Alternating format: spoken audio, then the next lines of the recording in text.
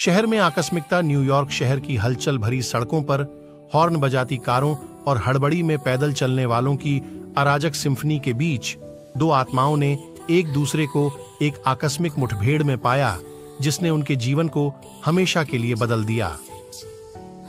यह शरद ऋतु की एक कुरकुरा दोपहर थी जब एम्मा, एक भावुक युवा कलाकार, सेंट्रल पार्क में टहलने का फैसला किया। जैसे जैसे वह घुमावदार रास्तों पर घूम रही थी, उसकी आंखें बदलती पत्तियों के जीवंत रंगों की ओर आकर्षित हो रही थीं। उसका मन प्रकृति के कैनवास की सुंदरता में खो गया था। इस बीच एथन, जो एक संचालित सॉफ्टवेयर इंजीनियर है, ने खुद को उसी पार्क में पाया, अपनी उच्च दबाव वाली नौकरी की मांगों से राहत की तलाश में। विचारों में खोया हुआ वह लक्ष्यहीन रूप से भटकता रहा। उसकी नजर पार्क के किनारों पर बनी विशाल गगनचुंबी इमारतों पर टिकी रही। भाग्य के मुताबिक एम्मा का रास्ता पार्क के प्रतिष्ठित बेथेस्डा फाउंटेन के पास एथन के रास्ते से टकरा गया। उनकी आंखें पूर्ण समकालिकता के क्षण में मिलीं। उनके चारों ओर की हलचल भरी दुनिया पृष्ठभूमि में लुप्त हो गई, क्योंकि उन्होंने एक अनकहा संबंध साझा किया। हाय, एम्मा ने गर्मजोशी भरी मुस्कान के साथ चुप्पी तोड़ते हुए कहा। हाय, एथन ने उत्तर दिया। उसे देखते ही उसका दिल तेजी से धड़कने लगा।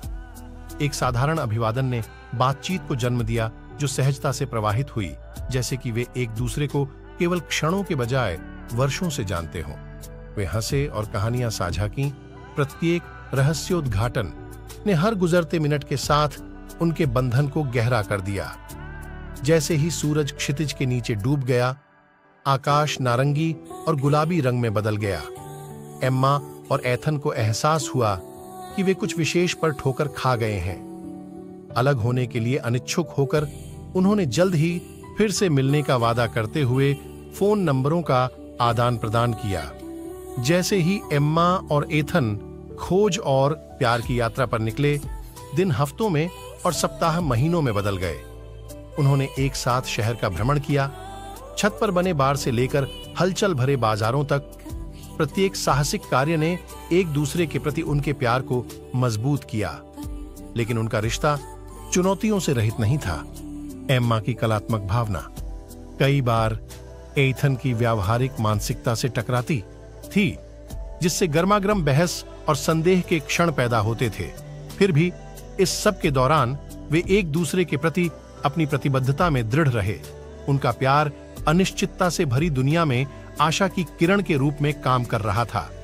जैसे जैसे मौसम बदलता गया और शहर उनके आसपास बदलता गया, एम्मा और एथन का प्यार और भी मजबूत होता गया। उन्होंने अंधेरी रातों में एक दूसरे की बाहों में सांत्वना पाई और सबसे उजले दिनों में एक दूसरे की सफलताओं का आनंद लिया।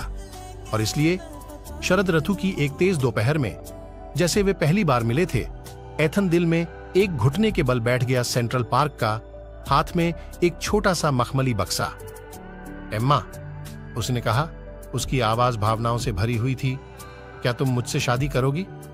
एम्मा की आंखों में खुशी के आंसू भर आए जब उसने सिर हिलाया। वह अपने सामने खड़े आदमी के लिए महसूस किए गए जबरदस्त प्यार को व्यक्त करने के लिए शब्द नहीं ढूंढ पा रही थी। उस पल में प्रकृति की सुंदरता और उस शहर की हलचल भरी ऊर्जा से घिरे हुए, जिसे वे अपना घर कहते थे, एम्मा और एथन को पता था कि उनका शेष जीवन एक साथ बिताना तय था। और जैसे ही उन्होंने गले लगाया, उनके दिल एक हो गए। जानता था कि उनकी प्रेम कहानी अभी शुरू हुई है, जो शहर में आकस्मिकता की शक्ति का